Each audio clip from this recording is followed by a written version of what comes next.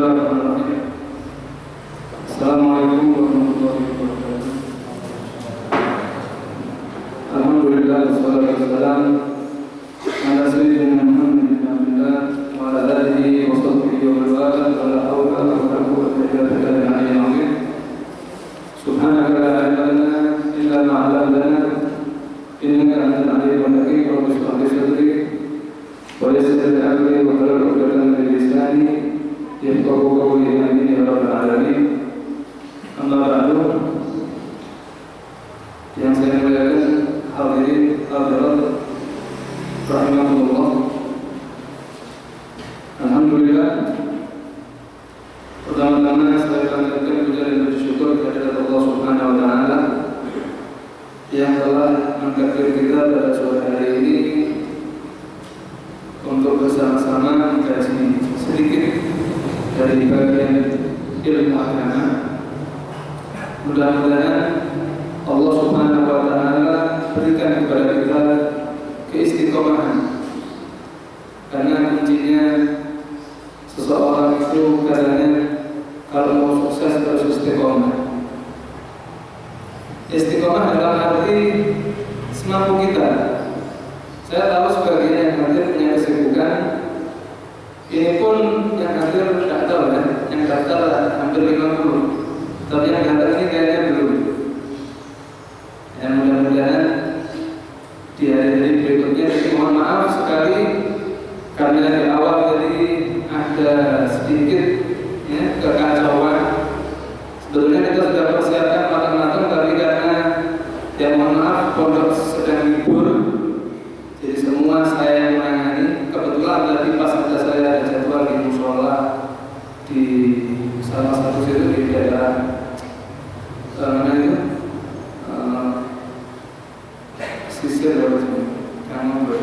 Senangharjo. Jadi saya tolak agak sedikit error ya. Insya Allah ke depannya kita bisa memulainya tepat waktu, karena waktu kita terbatas hanya 1 jam 1/4. Itu pun dibagi 2 materi, per materi 2 kali pertemuan. Seperti materi kita pertama pada sore hari ini yaitu fikih akhir zaman. Yang buku yang saya bagikan ini bukan buku materi, ini hanya buku bacaan saja. Jadi nanti apa yang saya sampaikan insya Allah tidak ada di kitab ya. Jadi buku ini hanya untuk nanti ada beberapa pelajaran, ada yang diambil dari buku ini, seperti fikih sholat, fikih puasa, itu dipelajari dari buku ini. Kemudian fikih muamalah ya. Tapi untuk sirah dan fikih akhir zaman kita mengambil dari materi yang saya sudah rangkum sendiri. Insya Allah intinya kita mengambil manfaat pada sore hari ini. Insya Allah semua pelajaran yang akan kita terima dan nanti dari para asatidz yang ada semuanya bermanfaat. Insya Allah semuanya menjadi uluman nafi'ah, ilmu-ilmu yang bermanfaat. Langsung saja hadirin hadirat yang dirahmati oleh Allah Subhanahu wa taala, yang akan kita pelajari pada pertemuan pertama sesuai dengan jadwal yang tertera, yaitu fikih akhir zaman. Yang saya maksud dengan fikih akhir zaman adalah bagaimana cara kita membaca, bagaimana cara kita memikirkan hal-hal yang berkaitan dengan akhir zaman, atau dalam tanda kutip yang karena terus terang di zaman ini banyak sekali para ya yang mengaku sebagai ulama memberikan keterangan yang tidak sesuai dengan apa yang diajarkan oleh Nabi Muhammad SAW. Pertama, kalau kita berbicara tentang hari kiamat, kiamat itu merupakan awal berpisahnya kita dengan bumi. Ya, awal kita berpisah dengan bumi yaitu ketika terjadi kiamat. Nah, Hadirin rahimakumullah, kalau kita sudah berbicara tentang perpisahan, itu yang terbenak, terbesit dalam hati kita adalah sedih, susah, sumpah. Saya kasih contoh. Misalkan ini ada yang sudah bersuami, yang ada sudah suaminya datang ke rumah. Ini akhwat ini, suaminya datang ke rumah, terus suaminya bilang, "Mah, saya mau wasiat. Tolong nanti kalau saya meninggal, mama jangan nikah lagi ya. Tolong nanti wasiat saya, mama jaga anak-anaknya." Wah, yang diomongkan hal-hal yang berbau kematian. Seakan-akan ini ajalnya sudah mau datang, suaminya itu. Itu pasti pikiran seorang perempuan, seorang istri. Diomongin kayak tidak senang. Ya benar. Kita aja teman kita misalnya, yang laki-laki punya teman curhat, kayaknya saya besok mau mati. Tanda-tandanya sudah ada semua. Khusus ngomongin punya dewa itu, pasti kita alihkan pembicaraan tadi. Karena memang tabiat kita gak suka dengan perpisahan. Nah, anehnya kiamat ini adalah perpisahan yang nyata. Tapi kita gak pernah susah memikirkan. Padahal kita akan pasti bertemu dengan yang namanya perpisahan tersebut. Dan ya, kadang-kadang ini tadi kaitannya dengan omong-omongan kematian. Ya, kalau orang ngomong, ya, apalagi sekarang di internet banyak tanda 100 tanda menuju kematian. Ya, kita baca itu kadang-kadang apa? Membuat kita merasa, oh jauh-jauh aku mending mati. Jangan-jangan saya besok 40 lagi mati. Kok sudah ada semua tanda-tandanya? Nah itu saya bisa pastikan apa yang ada di internet hoax. Semuanya berita bohong. Tidak ada yang tahu mati kecuali Allah Subhanahu wa Ta'ala. Tidak ada. Ya. Jangankan orang lain mau memprediksi matinya, ya. Kita memprediksi kalau kita mati nggak tahu. Ya. Kita mau memprediksi mati kita kapan kita nggak tahu. Ya. Umur itu rahasia Allah. Umur adalah rahasia yang Allah berikan kepada kita. Gak ada yang tahu. Tidak ada yang tahu karena umur kita selesai. Makanya kalau ada orang minta panjang umur itu salah. Orang minta doa, misalkan ada Habib, ada Syekh, ada Ustaz, ada Kiai, kita datangi Kiai, Habib, Ustaz, saya minta tolong doakan saya panjang umur. Itu salah. Doa yang salah. Tidak ada orang di zaman sahabat tidak ada. Bahkan Nabi Muhammad menyalahkan salah satu perempuan Ansor yang berdoa minta panjang umur. Kata Nabi, kalau kamu doa jangan minta panjang umur karena umur tidak bisa dipanjangkan. Terus apa? Minta barokah umur. Minta umurnya berkah. Karena umur tidak bisa dipanjangkan, tidak bisa dipendekkan. Ya, ketika dalam hadis riwayat Imam Muslim, di hadis yang panjang sekali, Rasulullah SAW mengatakan, "Inna ahadukum yujma'u khalquhu fi batni ummihi." Kalian kata Nabi, ketika berusia 4 bulan di kandung ibu kalian itu sudah ditulis ajalnya. Ajal kita sudah ditulis semenjak kita ada di rahim ibu. Kapan kita mati, kapan kita menikah, kapan kita mendapatkan rumah, rezeki kita semua sudah ditulis oleh Allah Subhanahu wa Ta'ala pada kita saat usia kita 4 bulan di rahim ibu. Jadi kalau ada orang minta doa panjang umur itu salah. Makanya ulang tahun itu semoga panjang umur itu tidak ada dalilnya. Yang ada semoga barokah umur. Semoga umur kita berkah seperti yang banyak sekali ulama yang usianya berkah. Di antaranya Al-Imam An-Nawawi, Imam Nawawi, pengarang kitab Riyadhus Shalihin. Imam Nawawi ini usianya beliau meninggal umur 40 tahun. Masih muda, 40 tahun sudah meninggal.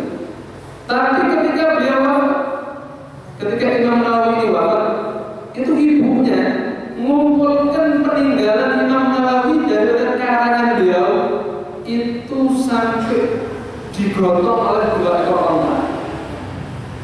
Di kitab-kitab yang ditulis oleh Imam Nawawi dalam usianya 40 tahun.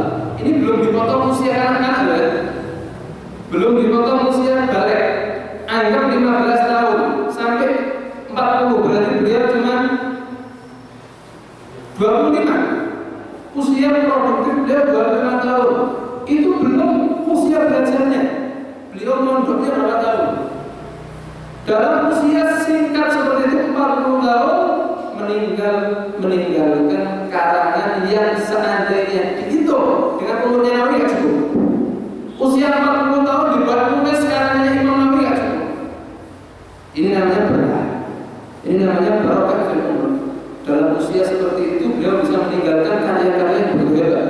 Sedangkan banyak di antara kita yang meninggal usia 70 tahun, 60 tahun tidak meninggalkan apa-apa, meninggalkan utang gitu. Meninggalkan susah. Naudzubillah. Makanya itu tidak berkah. Minta sama Allah keberkahan umur. Jadi ini tadi berkaitan dengan ini mukadimah. Mengapa? Mengapa kita harus mempelajari fikih akhir zaman? Supaya kita tahu. Oleh karenanya Al-Imam Ali bin Abi Thalib beliau bahkan berkata kepada putranya Hasan. Apa kata Imam Ali kepada putranya Hasan? Ya Hasan, Imam Ali berkata, wahai Hasan, udrusil maut, pelajarilah kematian. Ya Hasan, wahai Hasan, Hasan bin Ali, anaknya Sayyidina Ali, disuruh mempelajari udrusil maut, pelajarilah kematian. Hatta idza ja'aka fala yujirka. Ya, Ali bin Abi Thalib memerintahkan kepada putranya Hasan untuk mempelajari kematian. Kenapa? Untuk mempelajari perpisahan. Hatta idza ja'aka, seandainya datang kepadamu kematian, kalau yujirka, kamu enggak kaget. Lagi enak-enak minum dah. Lagi enak-enak minum dah. Tahu-tahu temannya kok senang terus mati. Lagi enak-enak main bola. Tengah-tengah serangan jantung terus mati. Kaget. Tapi kalau orang yang tidak kaget, makanya sama Sayyidina Ali putranya disuruh belajar pelajari kematian itu. Kalau ada orang enak-enak minum teh kok mati, enak-enak main bola kok mati, gak kaget. Kenapa? Ajarnya dia waktu itu pas, ya? Sehingga kita tahu mati itu kalau datang bagaimana sih? Apakah orang yang minum teh itu tahu kalau misalnya apa? Apakah orang yang sedang main bola itu tahu kalau umurnya ini akan mati? Apakah bisa dikutuk? Apakah bisa ditolak kalau misalnya datang? Nah, kalau kita tahu ilmunya nggak akan kita kaget.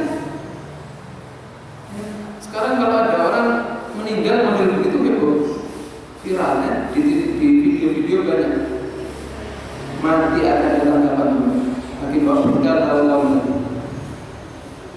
Jadi memang Rasul SAW memerintahkan kepada kita untuk mempelajari tanda-tanda kiamat supaya nanti kalau kiamat datang kita tidak kaget. Supaya nanti kalau tanda-tanda itu muncul kita nggak kaget. Supaya kita tahu tetap mantap. Kalau di dalam kitab ini disebut dengan fiqh tawabi, sunnah tawabi, ada di sini. Ya, ada di sini ada halamannya. Sunnatul mawaqif. Ya tahu sunnatul mawaqif. Itu sunnatul mawaqif yang dimaksud apa?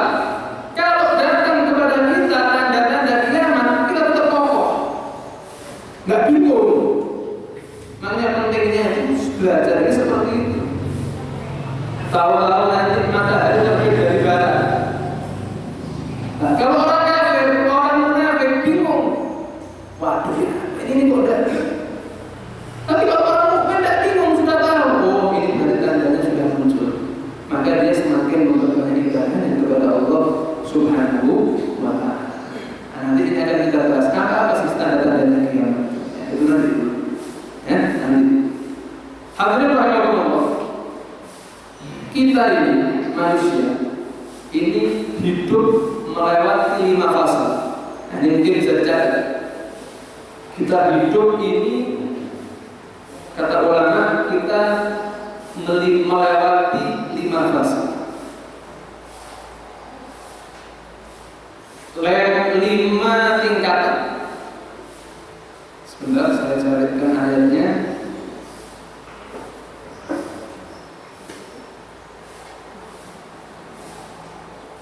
Tingkatan yang pertama yaitu disebut dengan alamul dzat. Alamul dzat. Apa alamul dzat? Alam arwah. Ketika kita masih berbentuk ruh. Ini termaktub dalam firman Allah surat Al-A'raf ayat 172. Allah berfirman, "Wa idh akhadha rabbuka min bani adama min dhuhurihim dhurriyyatahum wa ashdadahum 'ala anfusihim alastu bi rabbikum qalu bala shahidna." Ini ayat yang berkaitan dengan alam arwah. Al-A'raf ayat 172. Apa arti ayat tersebut? Ketika Tuhan mengambil janji dari keturunan manusia, keturunan Adam. Jadi kita ini sebelum terlahir di alam dunia, ketika kita masih ada di alam arwah, kita sudah mengikat perjanjian dengan Allah Subhanahu wa taala. Apa perjanjian kita dengan Allah? Allah mengatakan, "Alastu bi rabbikum?" Apakah aku ini bukan Tuhan kalian? Jadi, apakah saya bukan Tuhanmu? Maka kita menjawab, tidak ya Allah, Engkau Tuhan kami. Kami bersaksi bahwa Engkau adalah Tuhan kami. Jadi semua keturunan manusia, semua keturunan Adam itu sebetulnya dahulu sudah mengikat janji, mereka bersaksi bahwa tidak ada Tuhan selain Allah Subhanahu wa taala di alam arwah. Makanya ketika terlahir di dunia kok jadi kafir, jadi Nasrani, jadi Yahudi, jadi Konghucu, jadi apalagi agama-agama yang lain, itu bukan salah manusianya, bukan salah rohnya. Roh kita ini suci, tapi salah orang tua kita. Makanya Rasulullah mengatakan, kullu mauludin yuladu 'ala fitrah. Semua bayi yang lahir itu terlahir suci, illa anna abawahu yuhawidanihi aw yunasiranihi aw yumajjanihi. Kecuali orang tuanya lah yang membuat dia Nasrani, membuat dia Yahudi, membuat anaknya jadi Majusi. Ya, kalau orang tuanya Islam, insya Allah anaknya Muslim. Orang tuanya Kristen, anaknya jadi Kristen. Makanya itu ulama mengatakan jawarul asif ta'iyah. Ketika orang ngaku, ketika orang dia melihat yang haram, ya, foto atau video yang haram, itu sebetulnya matanya taat, tangannya ketika mabuk itu tangannya taat. Jawarul asif ta'iyah. Hanya saja illa anna musaytarah, tangan kita enggak nyadar, mata kita enggak bisa menolak karena kita masih kuasai, kita masih hidup. Sehingga kita yang menggerakkan tangan kita, nafsu kita yang menggerakkan mata kita. Makanya nanti ketika hari kiamat, ketika dimintai pertanggungjawaban oleh Allah, yang jawab bukan mulut kita, yang jawab bukan nafsu kita. Di dalam surat Yasin, ya, ada di surat Yasin, saya lupa ayat ini. Jadi yang ngomong tangan kita, kamu mencuri ya? Ditanya sama Allah, enggak, saya enggak nyuri. Tangannya langsung nolak, enggak ya Allah, saya dibuat nyuri hari sekian, tanggal sekian, jam sekian. Tangannya yang ngomong. Karena tangan ini aslinya taat ya. Tangan ini anggota tubuh kita, ini diciptakan Allah, tidak punya kuasa, kita yang menggerakkan. Begitu juga tubuh kita yang aslinya Muslim, gara-gara menolak, membangkang dari perintah Allah jadi kafir, tapi nanti dia ada juga. Ya? Iya, kita yang punya kuasa, kenapa kita gak pakai? Allah kasih akal, Allah kasih kita hati untuk berpikir, untuk merenung. Kenapa kamu gak memilih agama? Kok kamu pilih selain Islam? Kenapa kamu gak pilih agama Islam? Ini tujuannya Allah kasih kita mata, kasih kita otak supaya kita bisa berpikir. Makanya maaf ya, kalau yang hadir di sini belum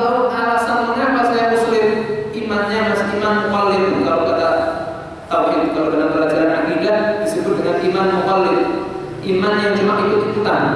Ya, orang tua saya muslim, saya ikut muslim. Nah, orang yang seperti ini bahaya. Ya, iman mukallaf ini bahaya. Bahayanya apa? Nah, suatu saat misalnya Anda ketemu dengan orang yang non muslim, kemudian Anda ditanya satu pertanyaan yang membuat iman Anda bingung, kacau imannya. Makanya pentingnya belajar ya untuk seperti ini. Ya, paling enggak kita ini harus mengetahui setiap dalil dari sifat-sifatnya Allah. Allah punya sifat wujud, Allah itu ada apa dalilnya? Ya, dalilnya ini adanya alam semesta. Adanya bambu pasti ada yang buat. Adanya handphone pasti ada pabriknya. Ada kita, ada alam semesta, lautan yang begitu luas, gunung yang begitu kuat, kokoh. Siapa yang menciptakan? Kalau bukan zat yang maha kuat, zat yang maha kuasa Allah Subhanahu wa Ta'ala. Tidak mungkin makhluk bisa menciptakan makhluk. Handphone disuruh menciptakan handphone tidak bisa. Kayu disuruh menciptakan kayu tidak bisa. Pokoknya ada manusia disembah jadi Tuhan, kemudian menciptakan manusia tidak mungkin, akal ini tidak terima. Nah, itu salah satu contoh kita memperkuat tauhid kita. Nah, kemudian saya lanjutkan lagi. Yang kedua, alam syahadah. Oh, lalu. Jadi pertama alam besar, yang kedua alam kejinan.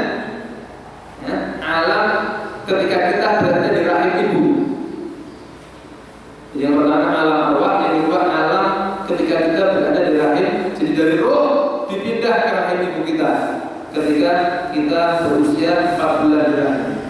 Nah, usia kandungan 4 bulan, Allah memerintahkan malaikatnya untuk meniupkan roh di dalam rahim ibu kita. Pindah ke rahim. Rahim ini sempit, gelap. Sempit, gelap. Kemudian pindah ke alam ketiga, yaitu alam syahadah, alam dunia. Nah, dunia ini terang, luas.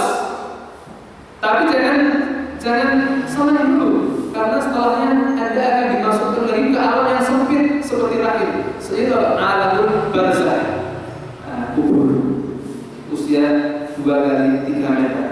Tidak ada penerangan, tidak ada AC, tidak ada lampu. Sama seperti ketika kita berada di rahim ibu kita. Jadi dari gelap menuju ke gelap. Terangnya cuma sebentar. Terangnya di mana? Sebentar. Jadi dunia ini sesaat. Makanya ada bahasa dunia ini sesaat. Dunia ini hidupnya antara cuma ada dan iqamat. Lahir diadani, mati diqamati. Selesai. Berapa menit ada dan iqamat? Tidak ada, tapi ini dunia.